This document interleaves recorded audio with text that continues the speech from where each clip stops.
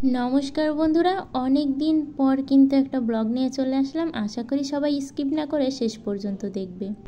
সন্ধ্যার পর থেকে সাজগোজ করে আমরা বেরিয়ে পড়েছি মায়ের পূজা দেখতে। আর পূজায় যাওয়ার মেইন উদ্দেশ্য এবছর সোনাপুরোর একটা মানত ছিল, সেটাই শোধ করতে। তাই তো আমরা পূজায় চলে গেলাম। আর দেখুন, যেতেই দেখি প্রচুর পরিমাণে বাজি ফোটাচ্ছে। আর এগুলো দেখতে তো ভীষণই ভালো লাগছিল, তাই একটু ভিডিও করে নিলাম। আর সোনাপুরো না এটাতে ভীষণই ভয় পাচ্ছিল। আর এটা হচ্ছে মন্দির।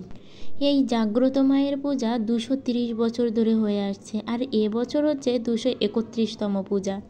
মানে এই 231তম পূজায় আমরা এসেছি। গত বছরও এসেছিলাম, তার একটা ব্লগ কিন্তু আমার এই চ্যানেলেই আছে, তোমরা চাইলে দেখে আসতেও পারো।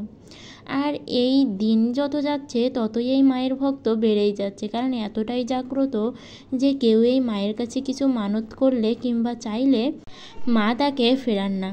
আর এই পূজায় মায়ের যে কত সোনার জিনিস পাবে, মানে যে যা মানত করবে, কেউ সোনা মানত করে, কেউ মানে পাঁঠা মানত করে। আর বেশিরভাগ না এখন পাঁঠাটাই বেশি হয়। মানে প্রত্যেক বছর যেহেতু এটা বলির পূজা, এবছর কিন্তু 510টা পাঁঠা বলি হয়েছে। সবারই কিন্তু মানতের পাঁঠা, সবারই মনস্কামনা পূর্ণ হয়েছে, তাই সবাই এসেছিল মানত পূরণ করতে।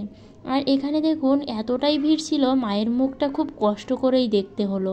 আমরা তো ভিড় ঠেলে এসে দূর থেকেই কিন্তু জুম করে মায়ের মুখটা দেখে নিলাম। আর ক্যামেরাতে তো অতটা ক্লিয়ার দেখা যাচ্ছে না, তবে আমরা একটু ক্লিয়ারই দেখেছিলাম। আর এখানে একটু দেখুন যে কতটা ভিড়, মানে মানুষ ঠেলে যেতে গেলে না, আর এত মানুষের ভিতরে এতটা গরম লাগে। আর সোনাপুরোকে নিয়ে তো একটু বেশিই সমস্যা হয়ে যায়। তাও আমরা খুব কষ্ট করে মায়ের মুখটা দেখলাম। আর চারিদিকে দেখুন প্রচণ্ড পরিমাণে ভিড়।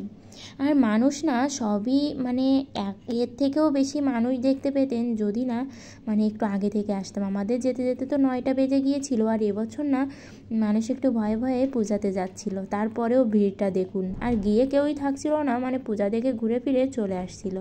আর কতটা এরিয়া জুড়ে যে মেলা বসেছে তার কোনো ঠিক ঠিকানা নেই। চারিদিকটাই শুধু মানে দোকানপাট আর কত মানুষ দেখুন। আর এই মায়ের এই আশ্চর্যকর কাহিনীগুলো শুনলে না গাও শিউরে উঠবে।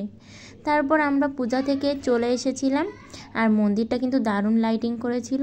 পূজার পরের দিন ছিল আমার একটা ভাইয়ের মুখে ভাত, তাই তার জন্যে চলে গেলাম একটা রাধাকৃষ্ণ লকেট কিনতে। বাবার বাড়িতে ছিল কালী পূজা।